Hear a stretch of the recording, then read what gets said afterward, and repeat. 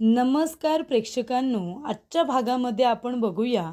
इथे सगळेजण आता देवी आईचा आशीर्वाद घेण्यासाठी मंदिरामध्ये आलेले असतात. तिथे माईसुद्धा असतात. माई इथे देवी आईचा उदो उदो असे आता सगळेजण गर्जना करत असतात, चांगल्या घोषणा देत असतात. तेव्हा इकडे छान पद्धतीचं गाणंसुद्धा बोललं जातं. सगळेजण छान इथे आता देवी आईचा आशीर्वाद घेत घेत त्यांचं गाणंसुद्धा एन्जॉय करत असतात. त्याचबरोबर देवी आईच्या आरतीचा मान हा माईंना देण्यात आलेला असतो आणि माई या गावातल्या करत्या धरत्या असतात. म्हणजे त्या जे काही बोलतात लोक त्याच्यावरती विश्वास तर ठेवतातच, पण त्यांना मानतासुद्धा खूपच जास्त. त्याचबरोबर सगळ्यांचं असं म्हणणं आहे, देवी आईचा आशीर्वाद जितका महत्त्वाचा लोकांना वाटतो तेवढा आदर माईंचा सुद्धा केला जातो. त्यामुळे इथे आता माई देवी आईची आरती करतात. देवी आईचा उदो उदो असं सुद्धा म्हणतात. त्यानंतरला इकडे देवी आईची आरती झाल्यानंतर सगळेजण त्यांच्याकडे आशेने बघत असतात की आता नक्कीच काहीतरी माई पॉझिटिव्ह सांगतील, भविष्यामध्ये काय घडणार आहे त्याबद्दल काही ना काहीतरी बोलतील. तेव्हा इकडे माई आता तिथून शंख घेतात आणि तो जोरात आता शंख फुंकतात. त्यामुळे इथे जोरदार आवाज होतो, जणू काही देवी आईने सगळ्यांना आशीर्वाद दिला असंच सगळ्यांना वाटत असतं. सगळेजण आशीर्वाद घेत असतात, हात जोडून नतमस्तक होऊन आशीर्वाद घेत असतात. त्यानंतरला इथे आता जे दौलत मामा आहेत, दौलत मामा बघा प्रेक्षकांनो, जेव्हा ते नंदिनीच्या साखरपुड्यासाठी गेले होते तेव्हा तिथे ते किती अखडत होते. म्हणजे जणू काही ते खूपच जास्त ॲरोगेंट आहेत किंवा खूपच जास्त रागिष्ट आहेत असं आपल्याला वाटत होतं. पण इथे बघा, इथे आपल्या गावामध्ये आपली भाची आली आहे, तिचं लग्न आहे, म्हणून इथे दौलत मामा हात जोडून माईंना रिक्वेस्ट करतायत की माई आता तुम्ही इथे शंख फुंकलेला आहे, त्याच्यामुळे नक्कीच तुम्ही काहीतरी चांगली बातमी आता सांगणार आहात. म्हणजे रीतिरिवाजाप्रमाणे तुम्ही भूतकाळामध्ये जे काही घडणार आहे त्याबद्दल काहीतरी सांगाल असं मला वाटतं. ते काय असेल? तेव्हा इकडे आता तुम्ही निदान त्याबद्दल तरी सांगा, नाहीतर आपली शारदा तिच्या मुलीचं लग्न आहे नंदिनीचं पार्थबरोबर, त्यांना आशीर्वाद तरी द्या. तेव्हा माई आता नंदिनीकडे पार्थकडे बघतात आणि म्हणत असतात की मी कोण आहे आशीर्वाद देणारी? आशीर्वाद तर देवी आई देणार. त्यामुळे इथे आता गुरुजींना आशीर्वाद द्यायला सांगितलेला असतो. तर इकडे नंदिनीच्या कपाळाला चंदन लावलं जातं आणि हातामध्ये पान दिलं जातं. त्याचबरोबर नंदिनी जेव्हा प्रसाद घ्यायला जाते तेव्हा तिच्या हातातून रुमाल खाली पडतो आणि तो रुमाल उचलण्यासाठी पार्थ खाली वागतो आणि उभा राहिलेला असतो. तो म्हणजे असतो आपला जीवा. जीवाला ते लोक कपाळाला चंदन लावतात आणि हातामध्ये पान देतात. तेव्हा इकडे आता तुमची जोडी आयुष्यभर अशीच राहू दे, सुखाने संसार करा असा गुरुजी नंदिनी आणि जीवाला आशीर्वाद देतात. तेव्हा जीवा म्हणत असतो, नाही नाही गुरुजी, तुमचा काहीतरी गैरसमज झाला आहे. अहो नवरदेव मी नाही आहे, तर नवरदेव आमचा दादा आहे पार्थ.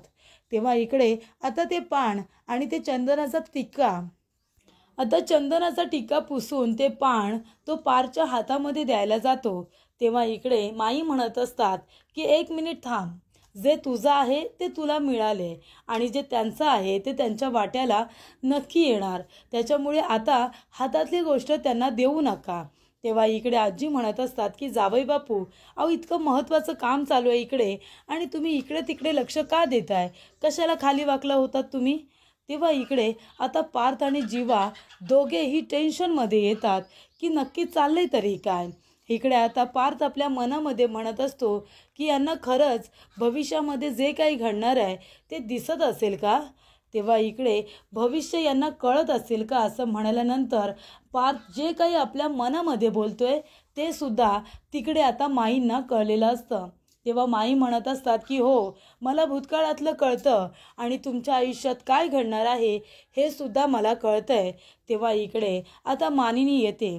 मानिनी म्हणत असते की पत्रिका बघा आणि सांगा की मुलांचं सगळं काही व्यवस्थित होणार आहे ना, म्हणजे लग्नाचा मुहूर्त वेगळे सगळंच. तेव्हा इकडे माई मानिनीला हात करतात आणि आपले डोळे आता बंद करतात. माई डोळे बंद करतात आणि त्यांना जे काही बघायचं आहे ते सगळं बघून मानिनीला म्हणत असतात की लग्न व्यवस्थित पार पडेलच, त्याच्यामध्ये काही शंका नाही. पण तरीसुद्धा कधी कधी काही गोष्टी आपल्या मनाविरुद्ध घडतात आणि त्याप्रमाणे ते घडणार आहेत. आणि कसं आहे ना, हे लग्न सोहळा म्हणाल्यानंतर काही लोक नकळतपणे का होईना पण आपल्याकडून दुखावले जातात, बरोबर ना? म्हणजे काही लोक असतात जी या लग्नापासून खुश नसतील, काही लोक दुखावले गेले असतील आणि ती नकारात्मक शक्ती कुठेतरी येते, ती निगेटिव्हिटी कुठेतरी सामील होते आणि त्यामुळे छोटे मोठे विघ्न हे येत असतात. पण आपण त्याच्याकडे दुर्लक्ष करायला हवं, आपण त्याच्याकडे लक्ष द्यायचं नाही. जे लोक दुखावले गेलेत त्यांना शांत करण्याचा प्रयत्न करायचा.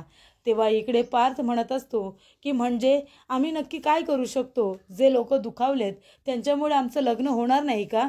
आमचं लग्न मोडेल की काय? तेव्हा माई म्हणतात की असा विचार करू नका, नेहमी चांगलाच विचार करा. जे लोक दुखावले गेलेत त्यांना स्थिर ठेवण्याचा प्रयत्न करा आणि तुम्ही सुद्धा सगळं काही व्यवस्थित होईल असं पॉझिटिव्ह विचार करा. मनामध्ये कुठल्याही पद्धतीची निगेटिव्हिटी घेऊ नका आणि तुमचं लग्न होणार आहे म्हणजे उत्साहामध्ये लग्न साजरं करा आणि अजिबात मनामध्ये कुठल्याही प्रकारची भीती बाळगू नका. पण आजूबाजूला लक्ष ठेवा, काय घडते आणि काय नाही हे सुद्धा तुम्हाला कळलं पाहिजे ना. सगळीच लोक चांगली असतात या गोष्टीवरती विश्वास ठेवायचा नसतो. तेव्हा शारदा त्याने म्हणते, माई म्हणजे नक्की तुम्हाला काय बोलायचं आहे? सगळं काही निर्विघ्नपणे पार पडेल ना? माझ्या नंदिनीचं लग्न आणि पारचं लग्न व्यवस्थितरित्या होईल ना? तेव्हा इथे आजी म्हणत असतात की माई सांगा, मुंबईवरून गावाला लग्न करण्यासाठीच ते आलेले आहेत. तेव्हा माई म्हणत असतात की नको काळजी करू, सगळं काही तुझ्या मनासारखं होईल. आणि तसंही काही गोष्टी मनासारख्या नाही झाल्या म्हणून दुःखी कष्टी होण्याचं काही कारण नाही. तो आपल्या गावाकडे आली आहेस ना, त्याच्यामुळे आता मुलींना धीर द्यायचं काम करायचं. ते इथे छान पद्धतीने लग्न पार पाडण्यासाठी आली आहेत, त्याच्यामुळे त्यांना आपण आता घाबरवण्यापेक्षा त्यांना तिथे सक्षम कसं राहायला सांगायचं, धीट कसं राहायला सांगायचं. कितीही कठीण प्रसंग आला तरी त्याच्यामध्ये डगमगून न जाता इथे धाडसाने उभं कसं राहायचं हे आपण सांगितलं पाहिजे. म्हणजे माई आता स्पष्टपणे बोलत नसतात की इथे काय विघ्न येणार आहे आणि काय नाही. म्हणजे जरी पार्थ आणि नंदिनीचं लग्न असेल तरी सुद्धा ते व्यवस्थितरित्या पार पडेल की नाही, की तिथे रम्य येईल, हे आता माई काही बोलत नसतात. तेव्हा नंदिनी म्हणत असते की माई मला कसली पूजा वगैरे करायला हवी आहे का? म्हणजे उपवास वगैरे मी काय करू ते तुम्ही मला सांगा. तेव्हा माई म्हणत असतात की तू काही करू नकोस, तू फक्त शांत राहा. आजूबाजूची लोक तुझ्यामुळे दुखावली जाणार नाही याची तू काळजी घे. तू कुणाला काही उलट सुलट अजिबात बोलू नकोस. आणि हे बघ, आजूबाजूला लक्ष ठेव, कारण चांगली माणसं म्हणून वाईट माणसं सुद्धा कधी आजूबाजूला फिरतील आणि त्यांच्यापासून तुला धोका निर्माण होईल हे तुला कळणार नाही. त्यामुळे इथे तुझं रक्षण करण्यासाठी हे तावीज आहे ना, हे तावीज मी तुझ्या स्वतःच्या गळ्यामध्ये बांधते, माझ्या स्वतःच्या हाताने. तेव्हा इकडे माई म्हणतात की हे तुझं रक्षण जरूरच करेल आणि माई स्वतःच्या हाताने नंदिनीच्या गळ्यामध्ये ते तावीज बांधतात. तेव्हा नंदिनी माईंचा आशीर्वाद घेते. त्यानंतरला इकडे माई तिला भरभरून आशीर्वाद देतात, म्हणतात की जे काही होईल ते स्वीकारण्याची तयारी ठेव आणि जे काही होईल देवी आईचा आशीर्वाद म्हणून तू सगळं काही सांभाळून घे. त्याच्यानंतरला इथे पार्थ म्हणत असतो की माफ करा, मगाशी मी तुमच्याबद्दल मनामध्ये चुकीचा विचार केला, त्याबद्दल खरंच सॉरी.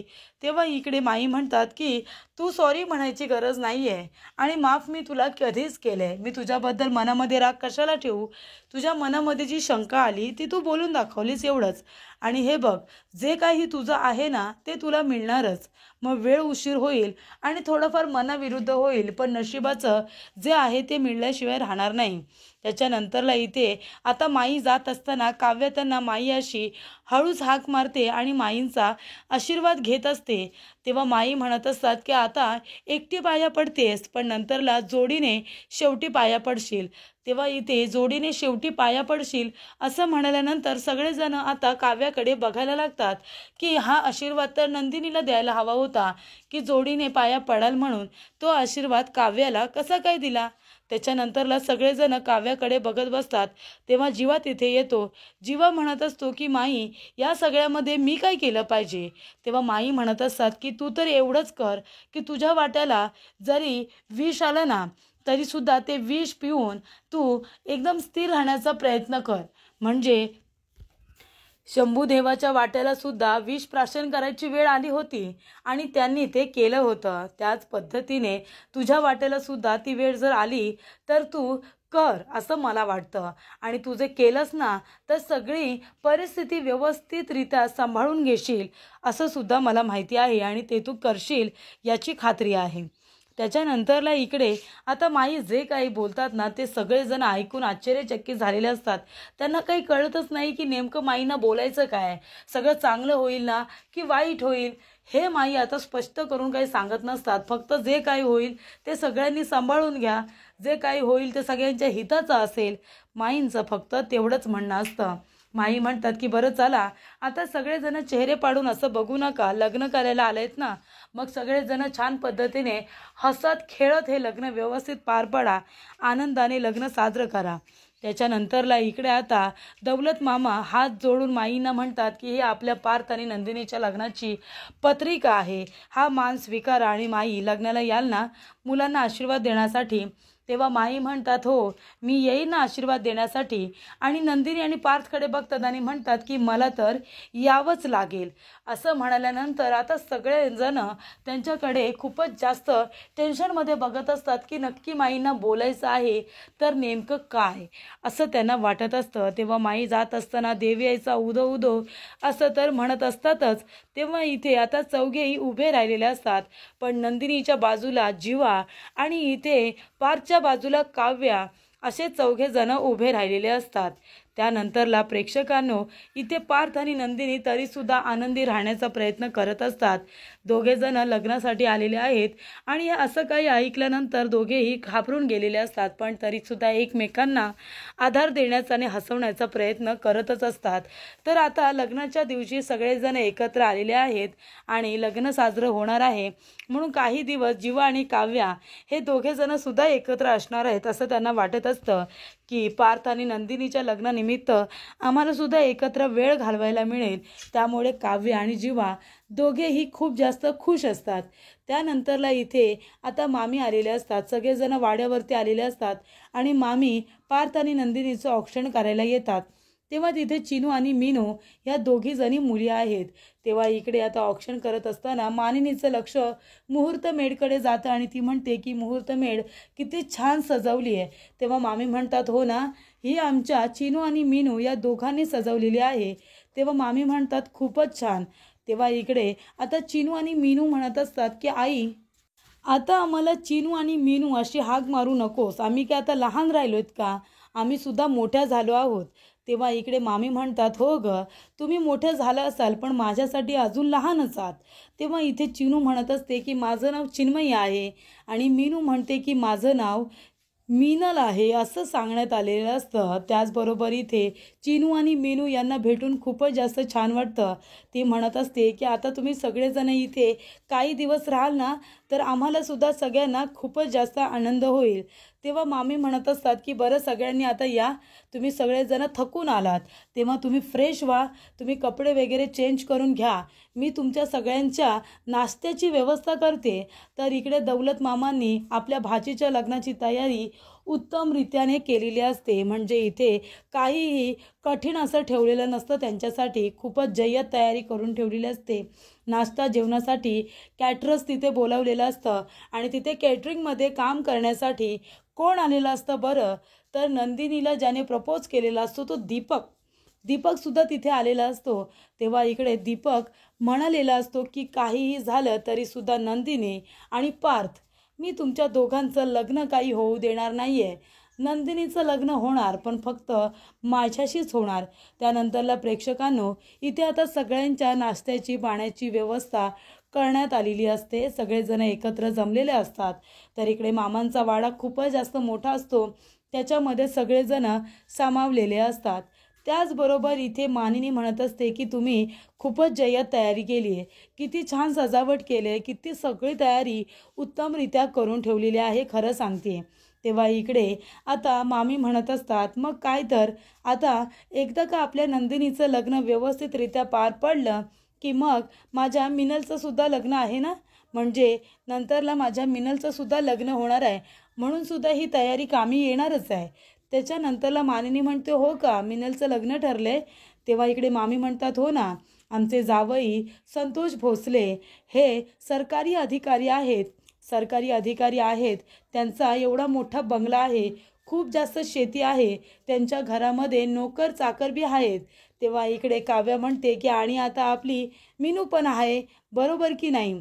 त्यांचं सुद्धा भाग्य खुललं ना, म्हणजे आपल्या मिनलसारखी संस्कारी, एवढी चांगली, सगळ्यांना प्रेमाने ठेवणारी मुलगी त्यांच्या घरामध्ये जाणार आहे, म्हणजे त्यांचं तर भाग्य खुललं ना भोसले परिवाराचं, बरोबर की नाही. एवढी खानदानी मुलगी आहे आपली, काय मीनू, बरोबर ना.